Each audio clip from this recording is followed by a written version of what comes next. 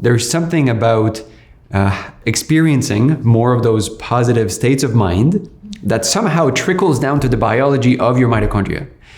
Or it could also be that the biology of your mitochondria, having more of this energy to process energy, transform energy, actually leads you to be able to appraise, right? To perceive the world in a more positive light.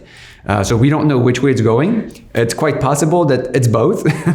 It's not one or the other, right? That our biology is kind of co-created with the nature of our experiences and with the flow of energy through the body and brain. I'm Hannah Warren, the Mental Health Communications and Advocacy Manager at Metabolic Mind.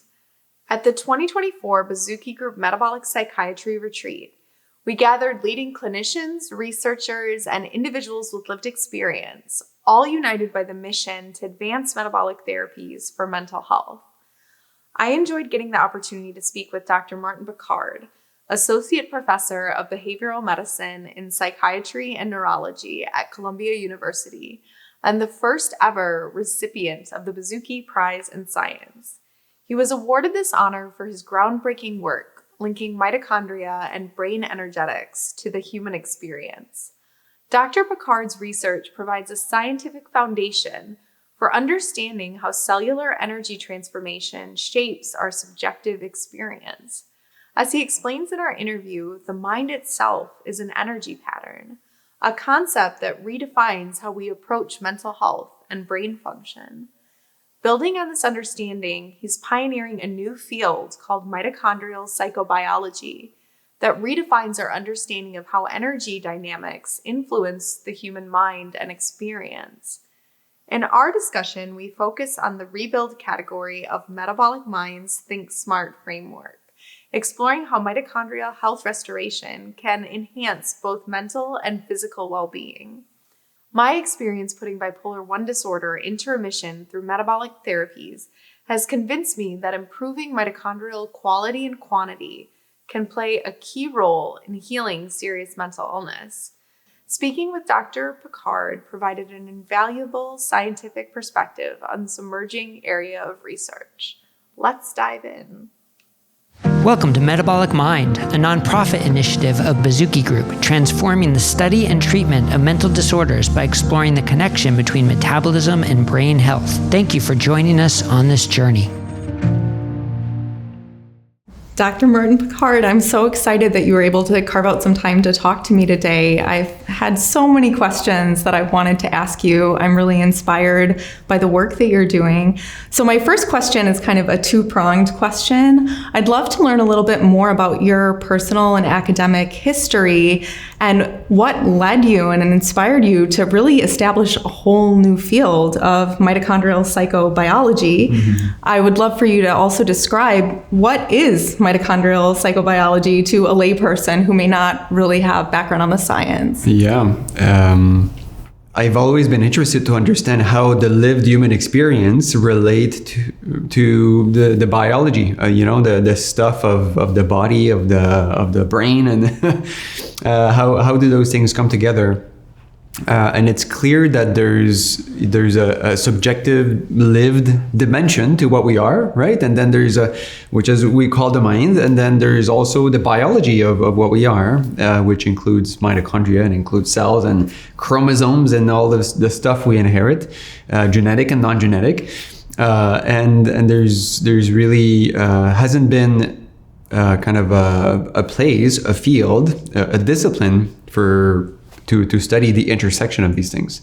And I've come to believe strongly that so much of what we need to learn to have a real impact in people's lives, it lies at the intersection of disciplines, right? So the psyche and the soma, the psychobiology, and how those dimensions intersect and interact is clear now, I think, is at the energetic level.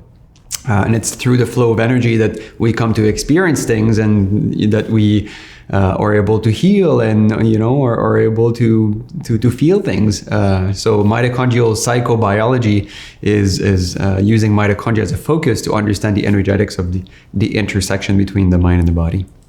So what is your academic history? Did you just study traditional biology, and how did you get into kind of being so fascinated with mitochondria and understanding them as the conduit for this life force energy and a new way to study kind of consciousness? How did that idea come into your mind? Yeah, I grew up in Canada, and at some point I thought, I think I need to be a doctor, and I think by the force of things, I was not able to go into medical school. And by now, I think it's probably the best thing that happened to me. So I started to study physiology, which is the study of physiological systems. And it's, in a way, the basis of medicine.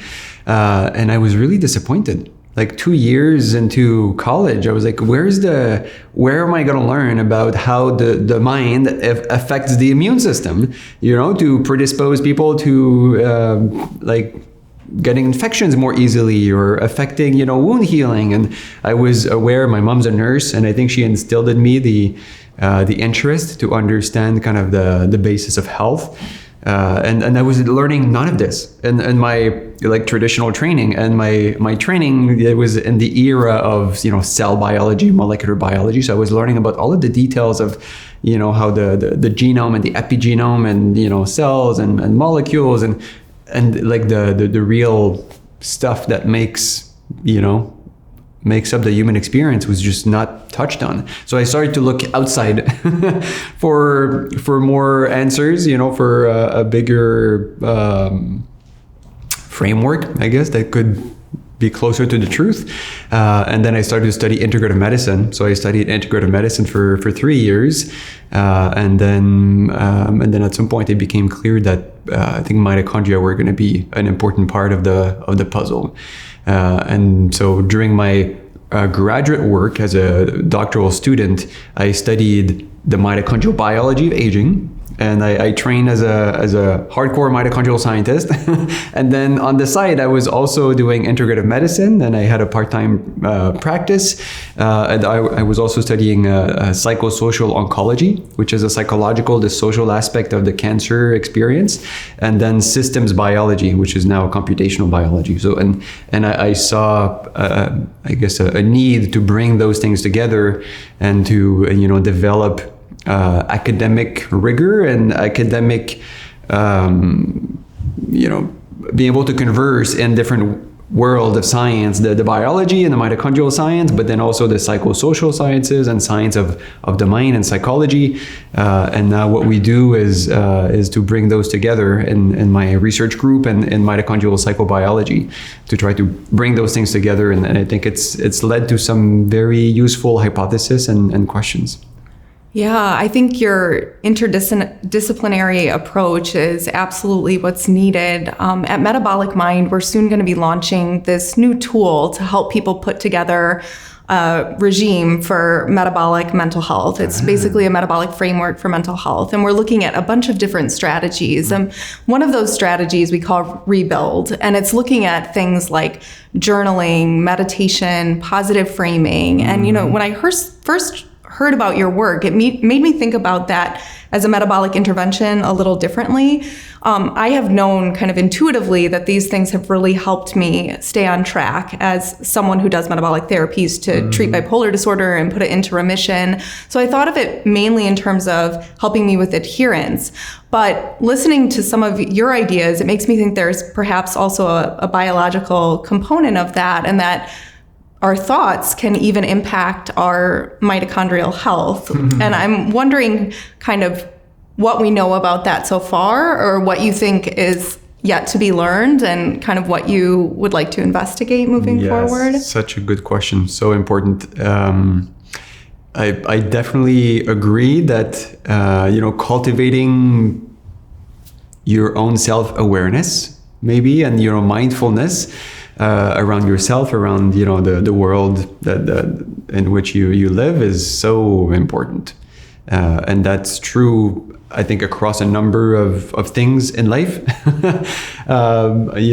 We talk a lot in our research group about, self-awareness and how this, I think, really can be a superpower as a scientist, because then it allows you to see where your biases come from and where your intuition comes from. And cultivating, mindfulness, I think, is just a way of being closer to your own movement. And I think being closer to our movement, the movement of energy that we are, then can put you in the best place to actually heal and to allow the natural healing forces that we all have within ourselves to manifest and to move us towards better health. I've heard you talk about some studies before that have showed kind of a direct impact on mitochondria from things like positive framing. And I'm wondering if there's more to learn in that area, or kind of what we know so far about the way more subjective things, our thoughts and emotions, and impact our biological cellular health. There's so much more to learn in the area. And there are two studies that come to mind. One from 2018, where we measured mitochondrial energy transformation capacity in white blood cells, right? So the circulating white blood cells that we drew from our colleagues at UCSF, led by Alyssa Eppel, and they were studying caregivers of children with neurodevelopmental disorders, and which is very stressful for moms. And we wanted to understand, is there something different in their mitochondria and the energetics of their body that is linked to the chronic stress of having to be a caregiver for your child who's not doing well. And what we found there was that how positive woman felt the day before we took the blood to measure the mitochondria was actually related to the energy transformation capacity of the mitochondria. So the woman who had reported and feeling more love, closeness, and trust, or more inspiration, or more of those positive kind of experiences, had mitochondria who had better energy transformation capacity. So potentially, the positive state of mind was influencing the mitochondria, which we were measuring the day after. And when we looked at whether the mitochondria were influencing or related to next day positive feelings, that was not the case. So this was, I think, the first directional evidence of a mind-mitochondria connection, right? That positive and the effect size relating the states of mind to the state of the mitochondria were stronger for the positive experiences than for the negative experiences. And this really made me, think carefully about this the developing, mind-mitochondria connection. Could it be that how we feel, what we experience, and especially the positive emotions that bring us energy, and subjectively, could this actually be related and influence our mitochondria? And then more recently, my colleague Caroline Trump asked a similar question in brain mitochondria. So she led the first study looking at the mitochondria in the brain, the frontal cortex that is involved in emotion regulation and planning and decision making. And she asked whether how people felt before passing away, positive, negative, whether that was related to the biology of their brain mitochondria. Mm-hmm. And what she found was that yes, people who were experiencing more positive things like sense of connections and sense of purpose in life and feeling like your life has meaning, and that people who report having good social ties and social connections to others, all of these things were related to more of the energy transformation proteins in the brain mitochondria. So the implication there is that there's something about experiencing more of those positive states of mind that somehow trickles down to the biology of your mitochondria.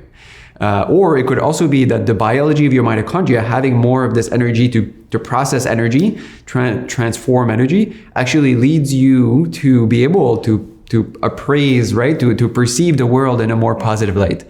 So we don't know which way it's going. It's quite possible that it's both. It's not one or the other, right? That our biology is kind of co-created with the nature of our experiences, and with the flow of energy through the body and brain. But those are two fairly recent studies that are hinting and I think motivating us to explore this hypothesis further.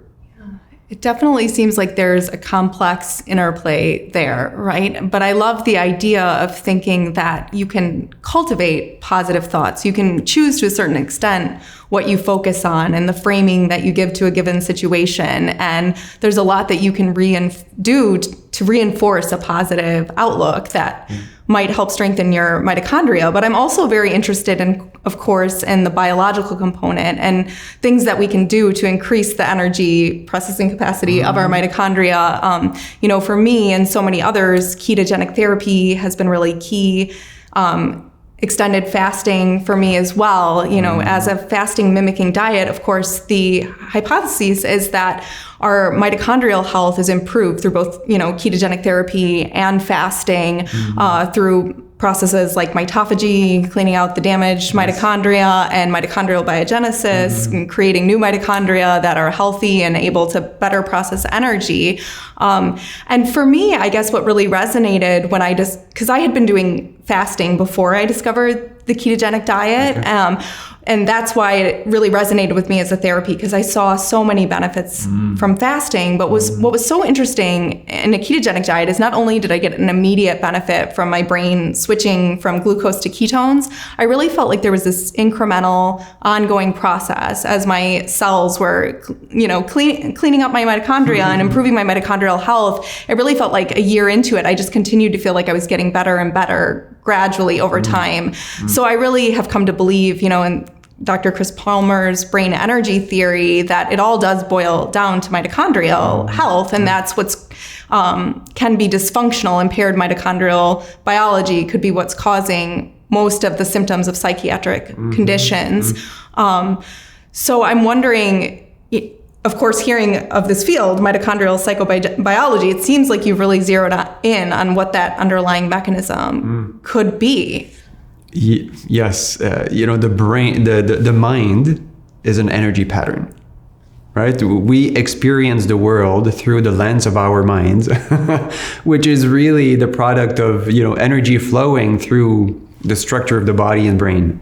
So I think it makes so much sense that if you change the metabolic state of your organism, by diet, right, or by fasting, or by the gut, microbiome processing, sending metabolites to your brain, and whatever this is that creates the metabolic environment through which energy can flow, then that shapes by its very nature the fabric of the mind, and then of your experience of the world. Yes. Thank you for sharing this. This is, this is really important. I'm wondering, one question I've gotten from people is like, is there a way to measure your mitochondrial function like before ketogenic therapy, and then 2 years later to really see like what change has actually happened? And from my understanding, that technology isn't quite there yet. We can look at biomarkers, right, that kind of indicate mitochondrial function. But I'm wondering, you as a scientist on the cutting edge of this might know kind of what tools are in the process of being developed that could help us to better.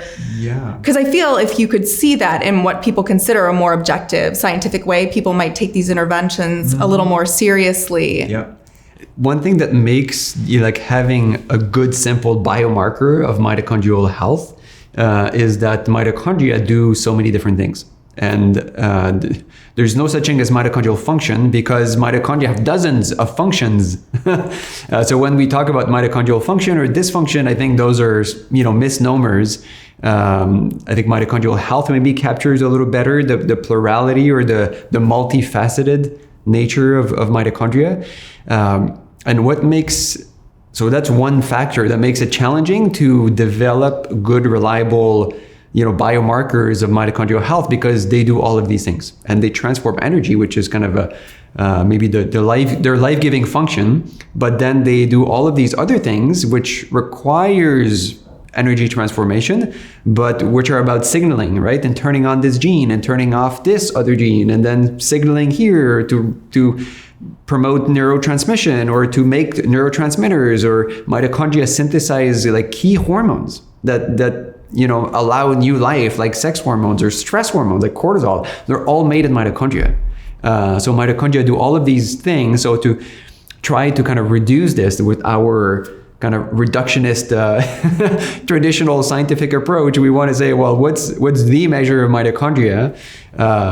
There's no one measure of mitochondrial energy transformation. So that's number one, because there are all of these functions, right? It's not just one thing. But then number two is because what we're after and what mitochondria do is not a single operation. It's not a single like protein, right? Like or a single like blood biomarker.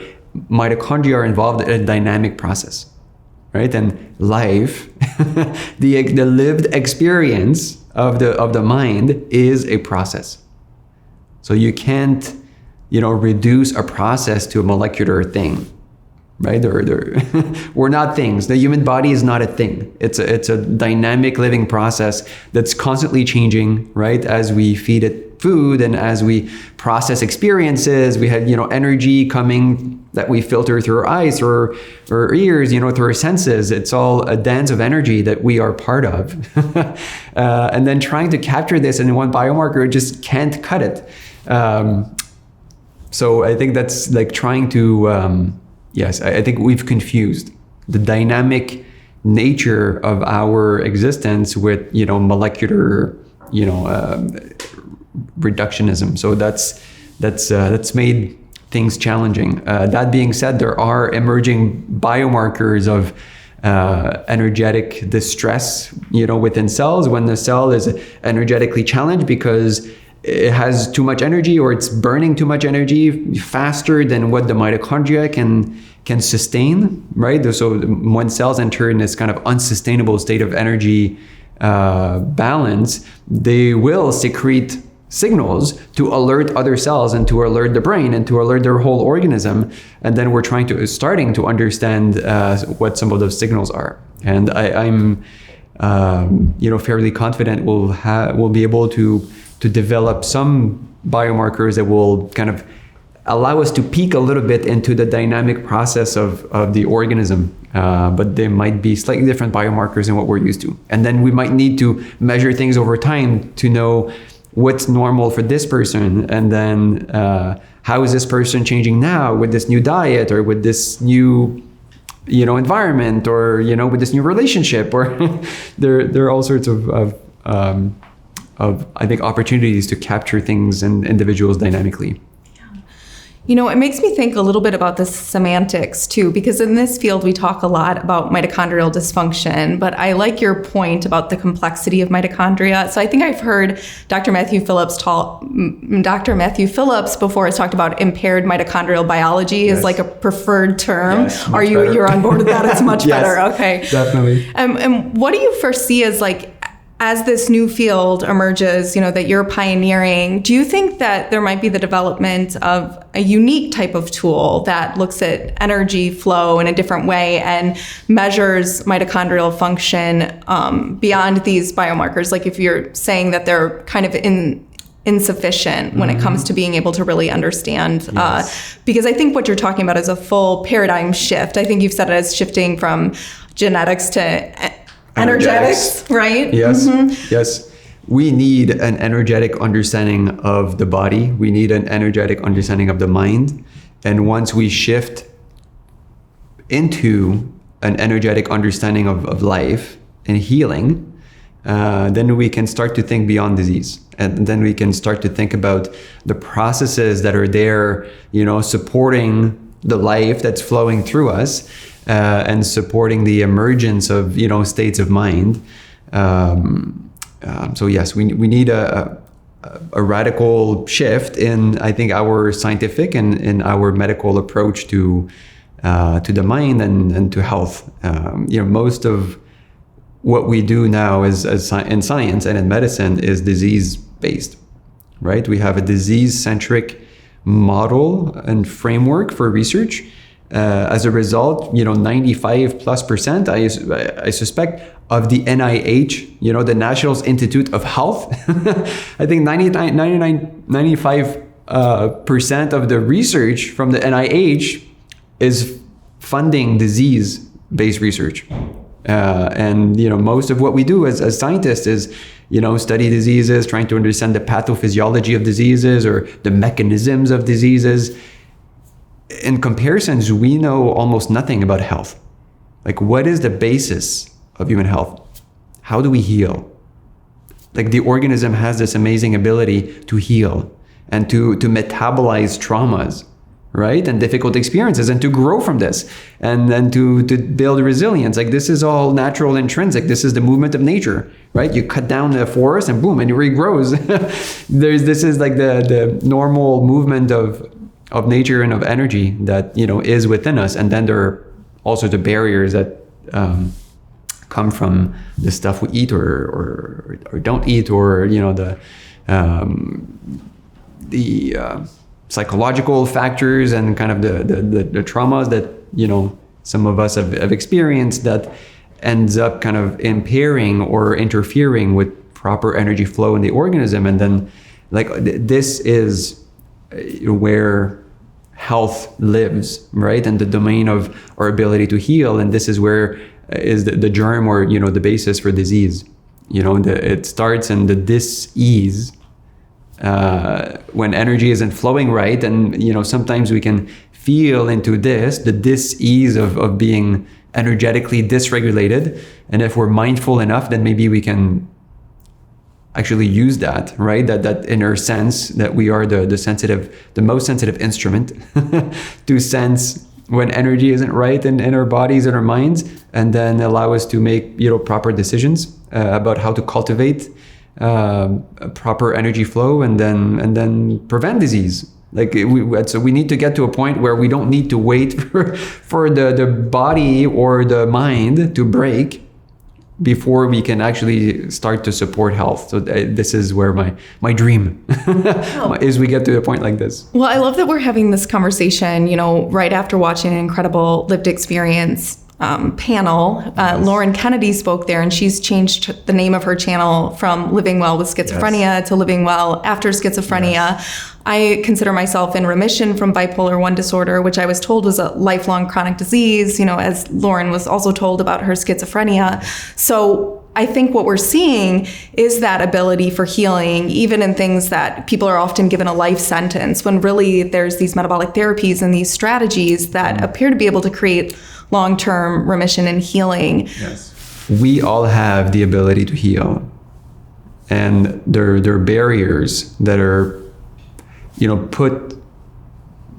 are barriers that come into, or come across our path towards healing. And kind of identifying those barriers, understanding those barriers to healing is so important. And yeah, we've come to a point where medicine sometimes put barriers against healing, which is makes me sad.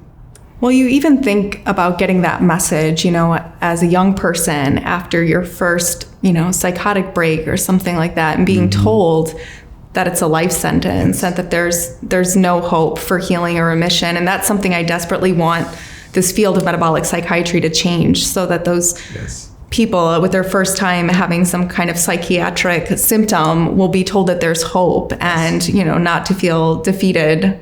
Yes, there's so much. The infrastructures and the institutions that we build have so much power, and I hope that in the next decades we see our institutions adopt a more empowering stance.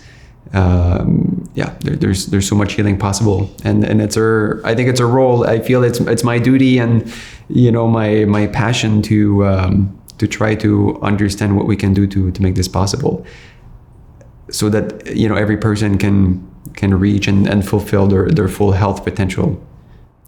I have countless questions for you, but let's go for it. Out of time. So I've got one main question that I want to ask, which is something, the first time I heard your interview with Brett, I felt like you had about yourself this very positive energy that kind of transcends words when you feel like someone just kind of exudes that. And I think, he must somehow practice what he preaches because he's got something going on energy-wise.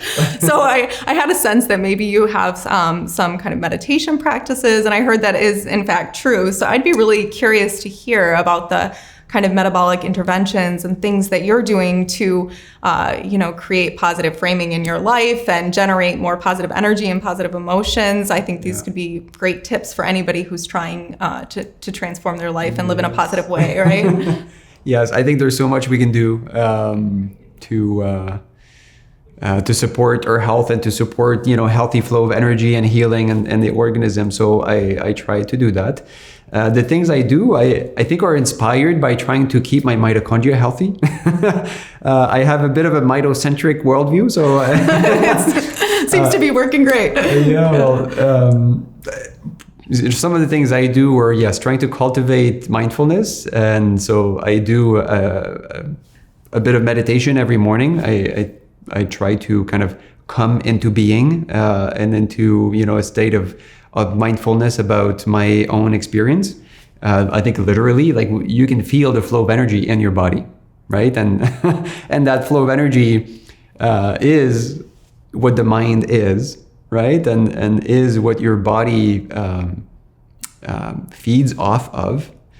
The difference between a thinking, feeling, conscious, creative person and a dead body or a cadaver, right, is the flow energy.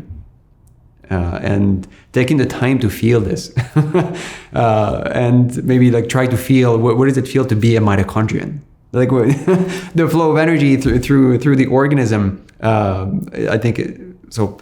I have this brief morning meditation where I try to just be there in the moment and then notice that, all the thoughts and the worries and the anxieties about, research grants or about like life stuff or relationships or like all of this or transient appearances in, this broader field of consciousness and energy, I think is a useful exercise.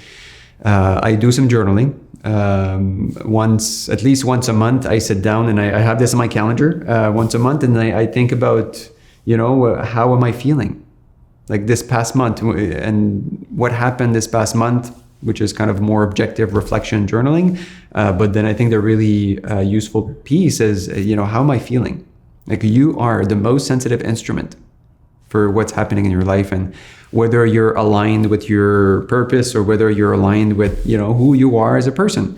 And that requires two things. One, it requires knowing what you are, who you are as a person, which you develop through awareness and through kind of processing experiences in your life and how that makes you feel and the people around you and who you gravitate towards and kind of making mindful decisions. But then it requires also kind of taking the time to sit down and reflect on this. And life is so busy. I think everyone experiences the busyness of life and kind of the nonstop nature of life in different ways. For me as a researcher, as a scientist, as a father, I experience this and in many ways. So taking the time to sit down when I can kind of protect and cherish, this moment and say, okay, how am I feeling? And feeling into this, I think, is a very useful exercise, because then it allows me to have better clarity about what are things in my life that are not nourishing me, right? Or that are actually hurting the flow of energy through my mitochondria. The things that I find too stressful or kind of at odds with what I am or, who I am. I can see more clearly. And then once you see those clearly, then you can make decisions. It's not always easy to make the right decisions or to get rid of those things in your life, but at least, bringing awareness to them is a really important part. Well, and I think what's so amazing about your work is that you have this mitochondrial-informed tool set that other people don't have. When you face those stressors, you can understand the interventions better, about those things that you can do that are restorative and helpful to to get your mindset back to where you want it to be, right? Yeah. So I'm hoping that's part of what your work can help with moving forward, right? Is from a therapeutic perspective, what are the kind of things that we can share with people, practices that will protect and enhance their mitochondrial health and their... Yes. And there are some simple things we know that we can all do to improve the health of our mitochondria. One is not eating too much, and being hungry once in a while is really good for your mitochondria, because it lets every cell kind of digest and let go of the poorly functioning mitochondria, and then you make more new ones, like you alluded to with mitochondrial biogenesis, right? The genesis of new mitochondria. And moving is another thing that you can do to keep your mitochondria healthy, because if you move and you breathe harder, the reason you breathe harder, right, and you get out of breath is because your mitochondria are consuming the oxygen. So the harder you breathe, the more energy is flowing through your mitochondria. So that's number 2. And number 3, we're, I think, starting to discover feeling inspired, feeling connected to others, feeling like you're part of something greater than yourself seems to have a beneficial effect on the health of your mitochondria. So I think this is quite inspiring. So these are like 3 things. And I'm also working on a book now that will, you don't need to be a mitochondrial scientist and to devote your life to mitochondrial biology or psychobiology to be inspired, I think, by a mitocentric or energy-centric framework. And I hope that the book will kind of encapsulate this energy-centric understanding of really what life is about, what the mind is as an energy pattern, and what we can do to promote healing in ourselves and others, and this whole thing. When are you planning to publish this book? Because I cannot wait to read it. It should be done next year, and then however long it takes for the publication process. So I'd say probably early 2026 is when it's going to come out. Amazing. I can't wait. I'm going to be one of the first to pre-order it, I'm sure. So yes, I can't thank you enough for the work that you're doing. And I think what you spoke to in terms of connection and purpose, that's something very special that I feel privileged to get from being a part of this community and getting to connect with amazing people like you who are out there really changing the world. And I think it's going to have a ripple effect and ultimately impact, countless lives. So Thank you so much for the work that you're doing. It's been wonderful to talk to you. Yeah, my pleasure. Thank you so much, Hannah.